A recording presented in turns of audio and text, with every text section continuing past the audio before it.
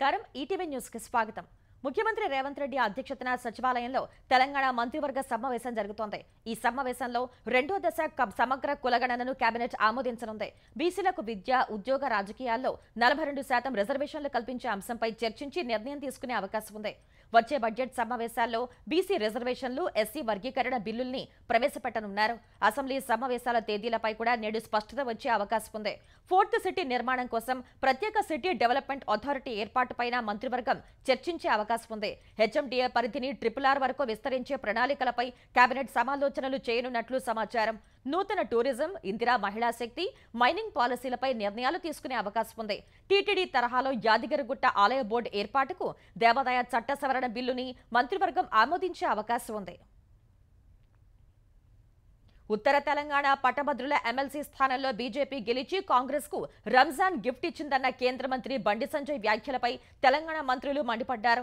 రాజకీయాల్లో గెలుపోటములు సహజం అనే విషయాన్ని సంజయ్ గమనించాలని సూచించారు। పట్టభద్రులు, టీచర్స్ ఎమ్మెల్సీ ఎన్నికల్లో కాంగ్రెస్ ను ఓడించడానికి బీఆర్ఎస్, బీజేపీ కలిసి పనిచేశాయని మంత్రి శ్రీధర్ బాబు ఆరోపించారు। పరోక్షంగా బీజేపీకి బీఆర్ఎస్ మద్దతు ఇచ్చిందన్నారు। కేంద్ర మంత్రులుగా ఉండి రాష్ట్రానికి అన్యాయం జరుగుతుంటే స్పందించని కిషన్ రెడ్డి, సంజయ్ కు కాంగ్రెస్ ను విమర్శించే హక్కు లేదని మంత్రి కోమటిరెడ్డి వెంకటరెడ్డి వెల్లడించారు। గత అసెంబ్లీ ఎన్నికల్లోనే కాంగ్రెస్ సత్తా చూపామన్న మంత్రి స్థానిక ఎన్నికల్లో ప్రజల మద్దతు ఎవరికి ఉందో తేల్చుకుందామని సవాల్ చేశారు। ఎమ్మెల్సీ ఎన్నికల్లో బీఆర్ఎస్ ఎందుకు అభ్యర్థులను నిలుపలేదో ప్రజలకు చెప్పాలని మరో మంత్రి పొన్నం ప్రభాకర్ డిమాండ్ చేశారు।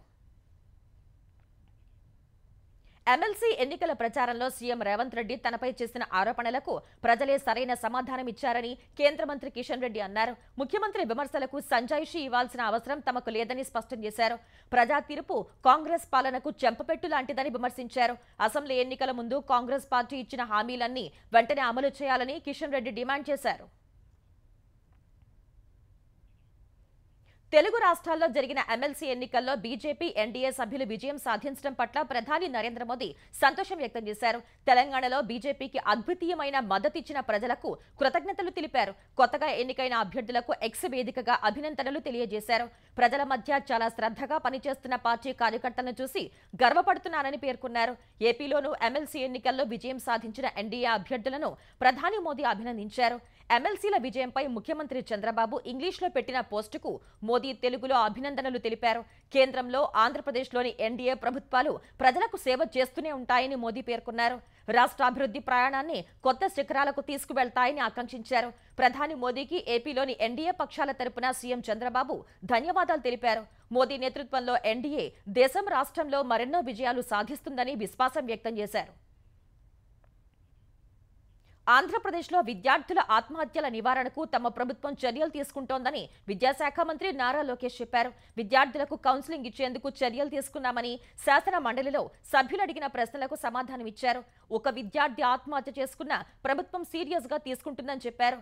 ఆత్మహత్యల నివారణకు చర్యలు తీసుకోవాల్సిన బాధ్యత ప్రైవేటు విద్యా సంస్థలపైన ఉందన్నారు। మనమిత్ర వాట్సాప్ గవర్నెన్స్ సేవలను 200కు పెంచినట్లు ఆంధ్రప్రదేశ్ విద్య, ఐటీ, ఎలక్ట్రానిక్స్ శాఖల మంత్రి నారా లోకేష్ వెల్లడించారు।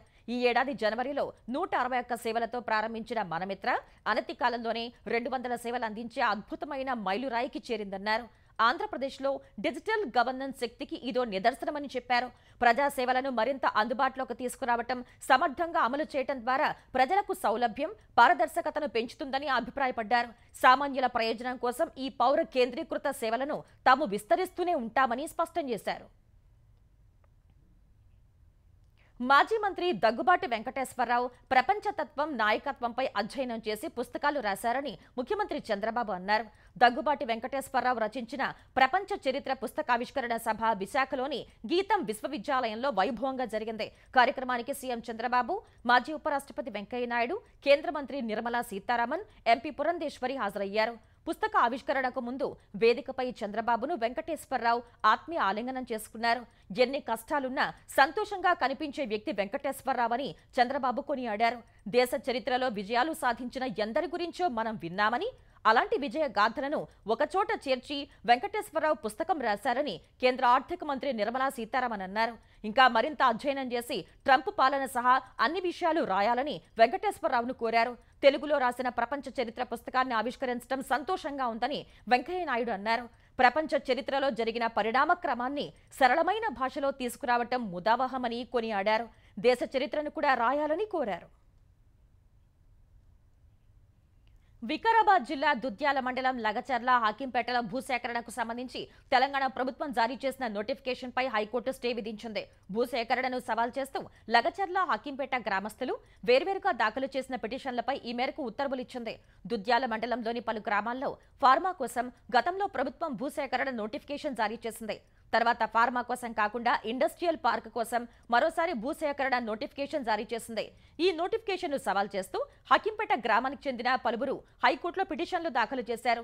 హకింపేటలో 351 ఎకరాలు, లగచర్లలో 110 ఎకరాల భూసేకరణ కోసం జారీ చేసిన నోటిఫికేషన్ నిబంధనలకు విరుద్ధంగా ఉందని పిటిషనర్ల తరపు న్యాయవాది హైకోర్టుకు తెలిపారు. 2013 భూసేకరణ చట్టాన్ని పరిగణనలోకి తీసుకోకుండా భూసేకరణ చేపడుతున్నారని, నోటిఫికేషన్లను రద్దు చేయాలని కోరారు. ప్రస్తుతానికి భూసేకరణపై స్టే విధించాలని విజ్ఞప్తి చేశారు.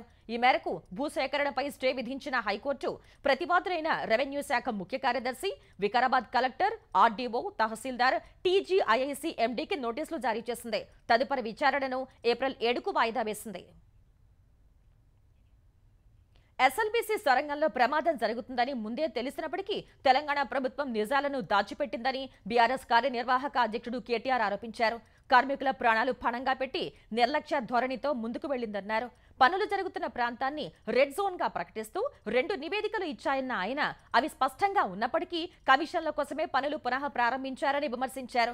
నివేదికలు చెప్పినట్లుగానే రెడ్ జోన్ ప్రాంతంలోనే ప్రమాదం జరిగిందని, 8 కుటుంబాల జీవితాలు చిన్నాభిన్నమయ్యాయని, వేల కోట్ల ప్రజాధనం వృధా అయిందని కేటీఆర్ మండిపడ్డారు.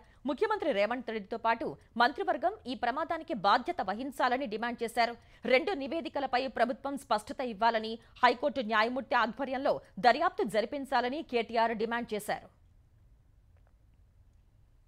వివేకా హత్య కేసులో ప్రత్యక్ష సాక్షి వాచ్మెన్ రంగన్న మృతిపై అనుమానాలు ఉన్నాయని ఆయన భార్య సుశీలమ్మ పులివెందుల పోలీసులకు ఫిర్యాదు చేశారు. తాను ఇంట్లో లేని సమయంలో తన భర్తను ఎవరో ఏదో చేసి ఉంటారని సుశీలమ్మ అనుమానం వ్యక్తం చేశారు.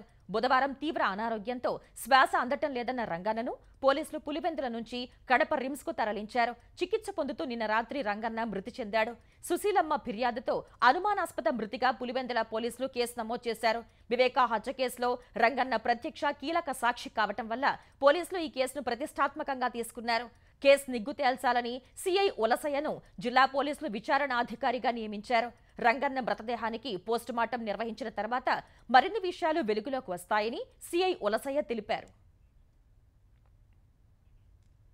రేషన్ బియ్యం నిల్వ ఉంచే బఫర్ గోదాముల్లో ఆర్టిఫిషియల్ ఇంటెలిజెన్స్ తో కూడిన కెమెరాలు బిగించబోతున్నామని ఏపీ పౌర సరఫరాల శాఖ మంత్రి నాదెండ్ల మనోహర్ తెలిపారు. పీడీఎస్ బియ్యంపై శాసనసభ ప్రశ్నోత్తరాల సమయంలో సభ్యులు అడిగిన ప్రశ్నలకు మంత్రి సమాధానమిచ్చారు. పీడీఎస్ బియ్యం అక్రమ రవాణా నిరోధించేలా కాకినాడ యాంకరేజ్ పోర్టు వద్ద చెక్ పోస్టులు ఏర్పాటు చేశామని, ఎన్ఓసీ ఇచ్చిన తర్వాతే లారీలు నౌకలో లోడ్ చేసేలా కార్యాచరణ చేపట్టామన్నారు. సముద్రంలోకి వెళ్లే బార్జీలను కూడా తనిఖీలు చేస్తున్నామని వెల్లడించారు. వైసీపీ ప్రభుత్వ 5 ఏళ్ల కాలంలో 76,000 మెట్రిక్ టన్నుల బియ్యాన్ని స్మగ్లింగ్ చేస్తుండగా పట్టుకున్నామని, కూటమి ప్రభుత్వం అధికారంలోకి వచ్చిన ఈ 6 నెలల్లోనే 60,000 మెట్రిక్ టన్నుల బియ్యాన్ని అక్రమ రవాణా చేస్తుండగా పట్టుకున్నామని మంత్రి వివరించారు. తిరుమల తరిగొండ వెంగమాంబ అన్నప్రసాద కేంద్రంలో భక్తులకు శనగపప్పు గారెలు వడ్డింపు కార్యక్రమాన్ని టీటీడీ చైర్మన్ బీఆర్ నాయుడు ప్రారంభించారు. ముందుగా స్వామివారి చిత్రపటాల వద్ద గారెలను ఉంచి ప్రత్యేక పూజలు చేశారు. అనంతరం భక్తులకు స్వయంగా గారెలను వడ్డించారు. టీటీడీ చైర్మన్ గా బాధ్యతలు స్వీకరించిన తర్వాత అన్నప్రసాదం మెనూలో అదనంగా ఒక పదార్థం పెట్టాలనే ఆలోచనను సీఎం చంద్రబాబు దృష్టికి తీసుకువెళ్లానని తెలిపారు. సీఎం అంగీకరించడంతో ఇవాళ్టి నుంచి గారెల వడ్డింపు ప్రారంభించామన్న ఆయన ప్రతిరోజు ఉదయం 10:30 నుంచి సాయంత్రం 4 గంటల వరకు 35,000 గారెలు వడ్డిస్తామని చెప్పారు. తర్వాత భక్తులందరికీ గారెలు అందించేలా చర్యలు చేపడతామని తెలిపారు. అమెరికాతో ద్వైపాక్షిక వాణిజ్య ఒప్పందంపై చర్చలు జరుగుతున్నాయని విదేశాంగ శాఖ మంత్రి జైశంకర్ తెలిపారు. భారత్పై ట్రంప్ విధిస్తారన్న ప్రతీకార సుంకాలపై ఈ మేరకు ఆయన స్పందించారు. అమెరికాతో ద్వైపాక్షిక వాణిజ్య ఒప్పందంపై చర్చలు జరిపేందుకు వాణిజ్య మంత్రి పీయూష్ గోయల్ వాషింగ్టన్లో పర్యటిస్తున్నారని తెలిపారు. లండన్లోని చాటమ్ హౌస్లో ప్రపంచంలో భారతదేశ వృద్ధి పాత్ర అనే అంశంపై జయశంకర్ ప్రసంగించారు. శక్తివంతమైన దేశాలన్నింటికీ సమాన అధికారాలు ఉండాలనే విధానంలో ట్రంప్ పాలన సాగుతోందని జయశంకర్ తెలిపారు. అది భారత్ ఆలోచనలకు సరిగ్గా సరిపోతుందన్నారు. చర్చా కార్యక్రమాన్ని ముగించుకుని జయశంకర్ బయటకు వచ్చిన సమయంలో కొందరు ఖలిస్తానీ జెండాలతో నినాదాలు చేశారు. వారిలో ఒకరు భారత జాతీయ జెండాతో ఆయన కారు వైపు దూసుకువచ్చి త్రివర్ణ పతాకాన్ని అగౌరవపరిచాడు. వెంటనే అప్రమత్తమైన లండన్ పోలీసులు నిందితుడిని అదుపులోకి తీసుకున్నారు. ఈ ఘటనపై భారత్ తీవ్ర ఆందోళన వ్యక్తం చేసింది. వేర్పాటువాదులు, అతివాదులు రెచ్చగొట్టే చర్యల్ని తీవ్రంగా ఖండిస్తున్నామని విదేశాంగ శాఖ పేర్కొంది. ప్రజాస్వామ్య స్వేచ్ఛను వేర్పాటువాదులు దుర్వినియోగం చేస్తున్నారని మండిపడింది. బ్రిటన్ ప్రభుత్వంపై వారిపై చర్యలు తీసుకుంటుందని ఆశిస్తున్నామని విదేశాంగ శాఖ ప్రకటన విడుదల చేసింది. ఉత్తరాఖండ్లో ఏడాది పొడవునా పర్యాటకం ఉండాలని, ఇది ఆర్థిక వ్యవస్థను పెద్ద ఎత్తున బలోపేతం చేస్తుందని ప్రధాని నరేంద్ర మోదీ అన్నారు. ఉత్తరాఖండ్ వంటి సుందరమైన పర్వత రాష్ట్రంలో ఆఫ్ సీజన్ అనేది ఉండకూడదని ప్రధాని ఆకాంక్షించారు. ఉత్తర కాశీ జిల్లాలోని గంగాదేవి శీతాకాల నివాసంగా ప్రసిద్ధి చెందిన ముఖ్వా గ్రామంలో ప్రార్థనలు చేసిన మోదీ తర్వాత హర్సిల్లో జరిగిన ర్యాలీలో ప్రసంగించారు. గంగాదేవి శీతాకాల నివాసాన్ని సందర్శించడం అదృష్టంగా భావిస్తున్నానన్నారు. శీతాకాలంలో సందర్శకులు ఉత్తరాఖండ్కు వస్తే నిజమైన అనుభూతిని ఆస్వాదించవచ్చన్నారు. రాష్ట్ర ప్రభుత్వం 12 నెలల పర్యాటక విధానాన్ని ప్రధాని ప్రశంసించారు. ఉత్తరాఖండ్ ప్రత్యేకమైన సాంస్కృతిక సాంప్రదాయ నృత్యం, సంగీతం, వంటకాలు, వేడినీటి బుగ్గలను పర్యాటక విధానం ద్వారా ప్రదర్శించవచ్చని సూచించారు. ఇటీవల చమోలి జిల్లా మనా గ్రామం వద్ద మంచు చర్యలు విరిగిపడ్డ ఘటనలో బోర్డర్ రోడ్స్ ఆర్గనైజేషన్ కు చెందిన 8 మంది కార్మికులు చనిపోవడం పట్ల ప్రధాని విచారం వ్యక్తం చేశారు.